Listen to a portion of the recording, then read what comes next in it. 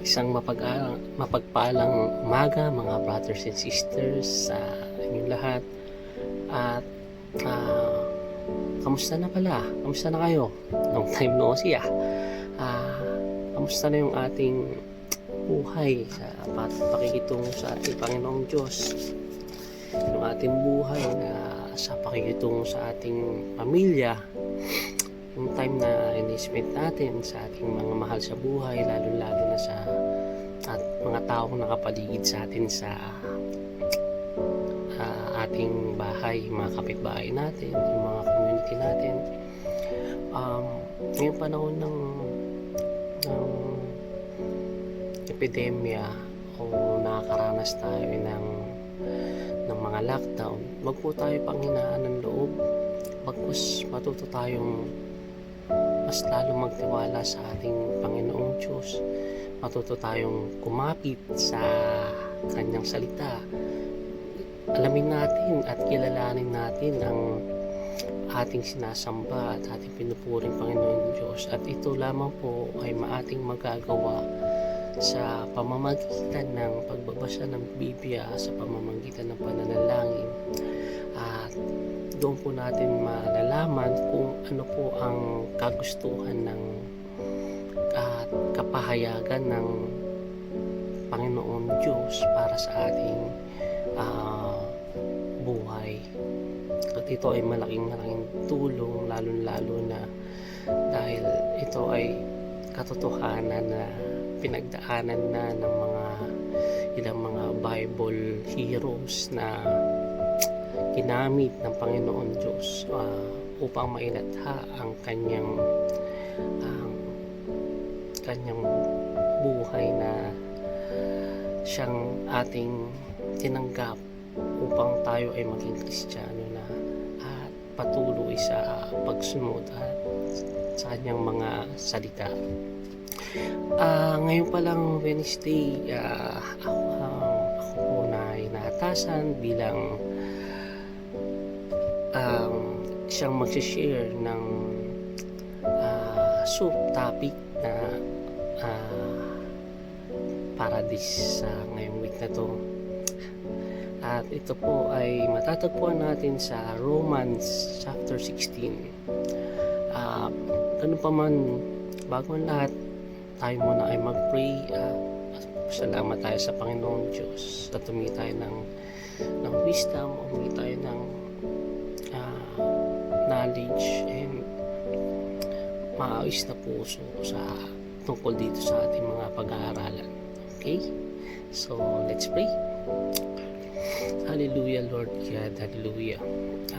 Panginoon, maraming salamat po sa araw na to, Lord God, sa oras nito, Lord God, na siya pong ibinigay niyo po sa amin, Lord, upang kami po ay makapag-aral, Lord God, ng inyong salita.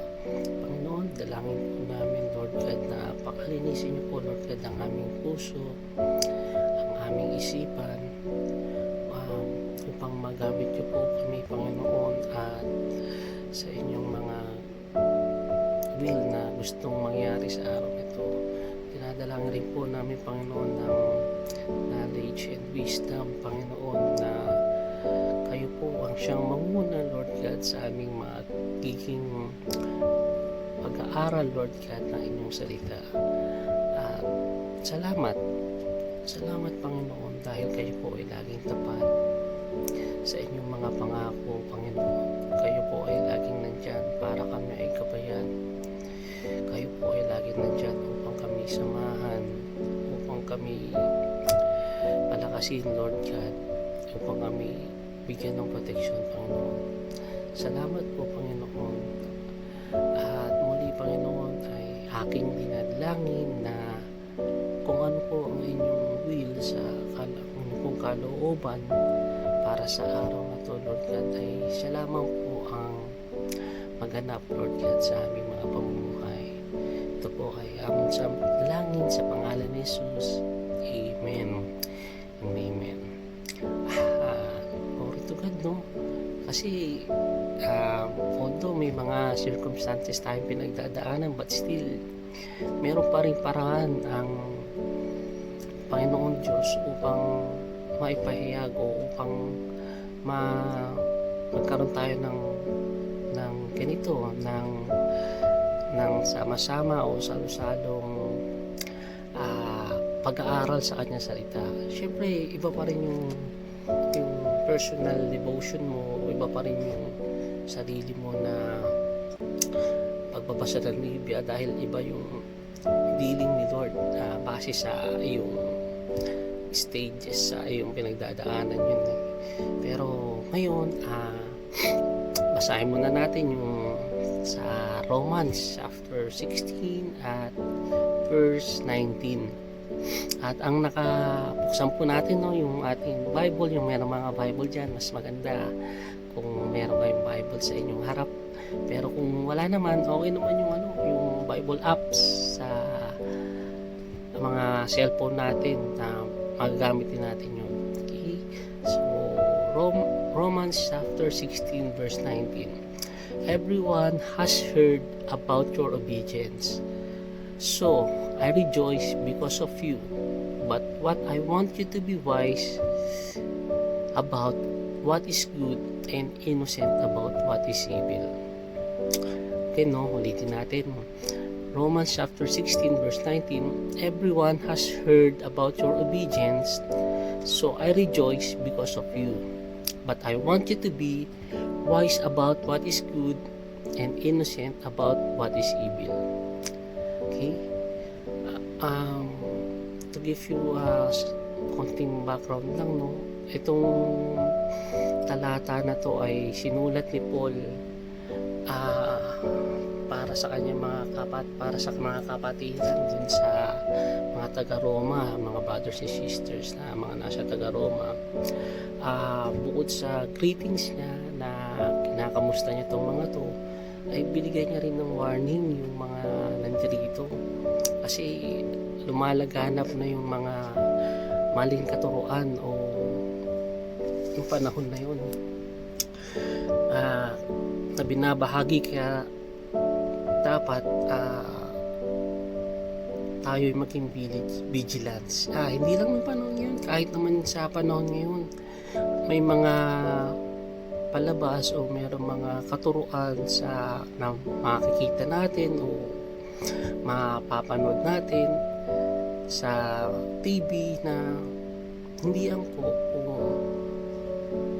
may mga halo. Kaya huwag tayong basta maging, kaya nga sabi ni Paul, huwag ka lang, hindi basta tayong maging obedience, bagkus tayo'y maging sunurin at dapat tayo ay maging wise at malaring maatim lamang natin yun o malaman natin yun sa pamamagitan ng pagbabasa ng Bible. Kung meron man tayong mga napapakinggan, dapat i-verify natin to sa ating Biblia at dito natin makikita kung yung nakasaad o yung sinasabi ng nagsasalita ay nauukol pa ba o nakalagay pa sa Bible, kasi minsan may mga halo, may mga dagdag o may mga bawas. Kaya yun, bilang Kristiyano, maganda yung soup natin na ina-apply dahil tayo mismo nababasa natin at nauunawaan natin yung kagustuhang mangyari ng Diyos sa ating buhay at kung ano yung specific talent na kanyang talent o specific na topic na kanyang binibigay sa atin sa araw na yon, Alam niyo ba mga kapatid, during that time yung mga taga-Roma, meron silang reputasyon sa kanilang pagsunod or obedience sa Diyos at hindi lang yun, isinantabi rin nila yung mga maling gawa o maling pamumuhay. Mababait siguro yung mga taga-Kristiyano, mga taga-Roma nun, sumusunod sila sa mga meron silang pagsunod sa Diyos, sinasantabi nila yung mga gawing masama at ganun pa man, hinihikayat pa rin ni Paul na sila ay maging matalino o lalong-lalo na pagdating sa mga mensahe kanilang pinapakinggan, dahil yung ibang nagtuturo nung panahon noon ay bulaan o false teacher, kaya nga na nakasulat sa Romans chapter 16 verse 18, "For such people are not serving our Lord Christ but their own appetites. By smooth talk and flattery, they deceive the minds of naive people." So,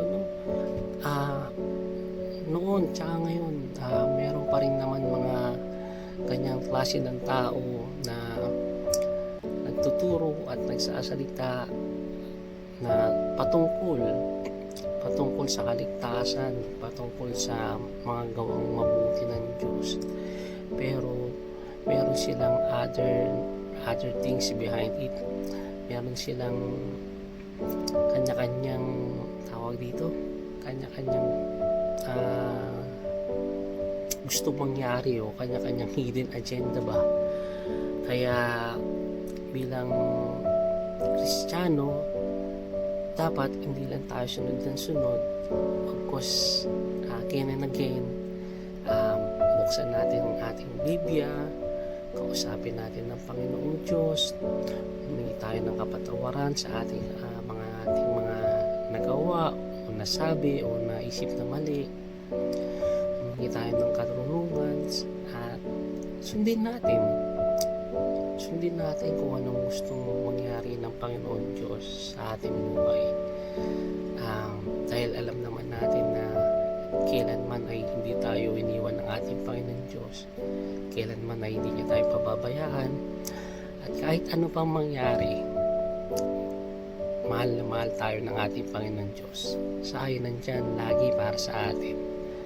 Tayo'y kabayan, tulad ng isang pastol. Kailanman hindi tayo dapat mag-worry sa ating mga finances. Hindi tayo dapat mag-worry sa ating mga relasyon. Kung ito ay ibibigay natin sa Panginoong Diyos, kung uunahin natin ang ating Panginoong Diyos, sigurado everything will follow. Diba nga, sabi sa isang Bible verse sa Biblia, "Seek ye first the kingdom of God, and all these things will be added unto you." So, sa panahon ngayon, maging masiyahin pa rin tayo, maging mapagpasalamat pa rin tayo, kasi wala tayong sakit, meron tayong mga kinakain, meron tayong tubig, malakas tayo.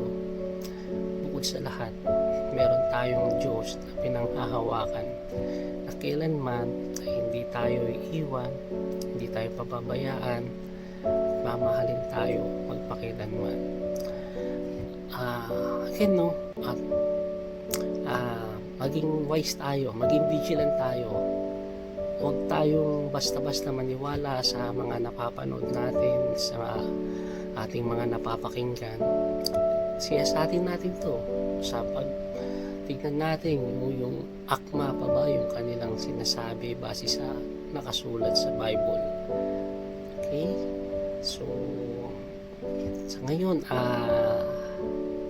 tawagin ko naman po ang aking asawa na siya naman po ang mag-share ng kanyang inputs regarding sa mensahe o regarding sa Bible reading natin ngayon pong month na ngayon pong araw ng Wednesday. And I hope and pray na matapos na po itong lockdown, magkaroon na po ng gamot o ng vaccine para sa COVID, nang sa ganun ay tayo po'y muli magsama-sama, magpuri, magsamba at mag-aral ng salita ng Diyos doon sa ating physical na simbahan. Okay? So, yun lang po at tawagin na po ang natin ng tawagin ko na po ang aking asawa. Thank you. Salamat po. Amen. Thank you, Brother Ian, sa magandang mensahe mo. Yung aking insights po dito sa Romans 16:19. Ulitin ko lang po yung verse. Everyone has heard about your obedience, so I rejoice because of you.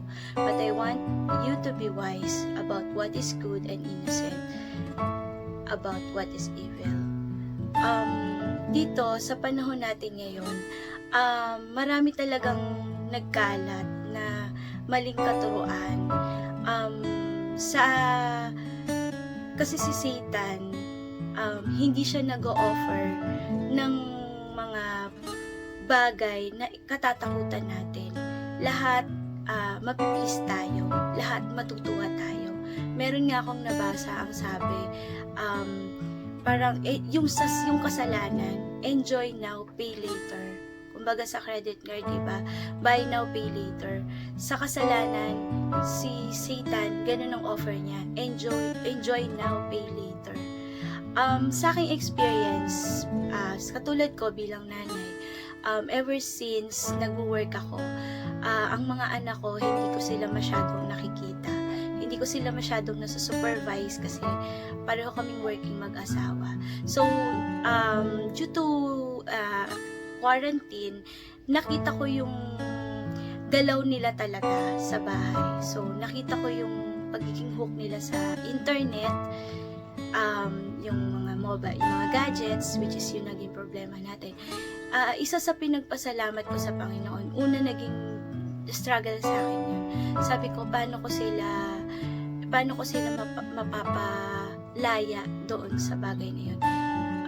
Nakita ko doon yung bata kung paano kumilos ang kalaban, lalo na sa maling paggamit ng internet. Marami na rin mga katuruan doon or mga tinuturo ng mundo na akala ng mga murang isipan ng ating mga anak na okay, pero kung hindi natin sila isa-supervise at purihin ng Diyos dahil ginising niya tayo doon, ginising niya kami doon mag-asawa, doon ko nakita na isang magandang bagay yung nangyari nitong pandemic dahil nakita namin at nabantayan namin at natutukan namin yung galaw ng mga anak namin. Yun din yung lagi kong sinasabi sa kanila na lahat akala natin okay, 'di ba? Nangyari to, nag-stop tayo sa mundo. Sabi ni Lord, stop muna, mag-concentrate tayo sa Kanya. Which is talagang totoo. Ni-revive niya yung aking faith, ni-revive niya yung aming relasyon, diba? Yung nagkaroon kami ng quality time na mag-usap, na mag-anak. And, natatakot ako para sa mga lalo na sa mga anak ko or sa mga kabataang napaka-prone na manakaw ng mundo.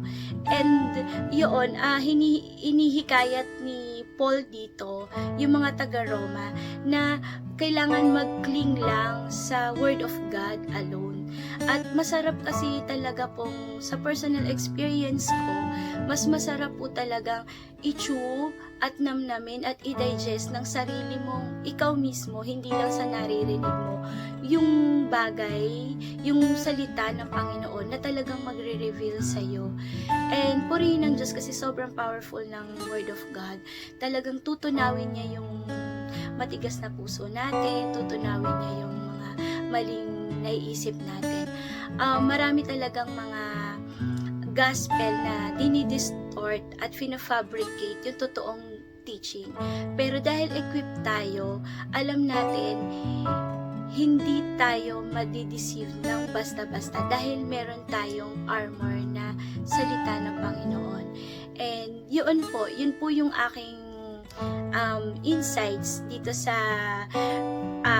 be wise about what is good and innocent about what is evil. Kung alam nating hindi naman maganda, hindi talaga maganda, at alam nating ikapapahamak natin, binigyan tayo ng Panginoon ng wisdom para i-judge or tignan kung ano yung tamang pupuntahan natin.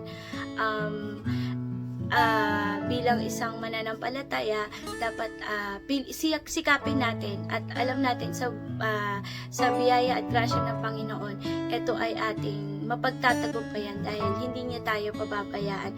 Dahil ang lahat ng bagay, pag itinaas natin sa Panginoon, lahat to ay secured na.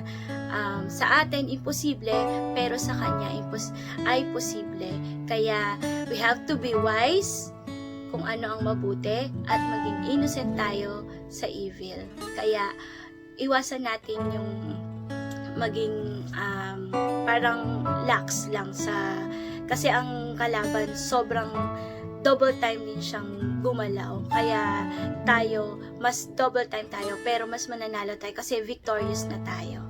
Yun lamang po. Maraming salamat. Pusin natin kung itong ating bibig service sa isang panalangin at sama-sama po tayo magdasal sa ating Diyos. Lord, salamat po. Salamat po sa inyong salita, Lord God, na siyang aming na pag-aralan, Panginoon, sa araw na ito. Salamat, Panginoon, at lagi niyo po kami bibigyan ng kalakasan, lagi niyo po kami bibigyan ng kagalingan, lagi niyo po kami bibigyan ng pag-aasa, lagi niyo po kami binibigyan ng pagmamahal. Salamat po, Panginoon, for reminding us na kami ay maging wise, lalong-lalo na when it comes to your word. Dapat namin itong siya sa atin, dapat namin itong tignan maigi, Panginoon. At dapat namin po kayong kilalanin pa. And we can only do such things if we will read the Bible and learn from it. Kaya, Panginoon, salamat po sa araw na ito. At ito po ay ang samot na lang sa pangalan ni Jesus. Amen. Amen.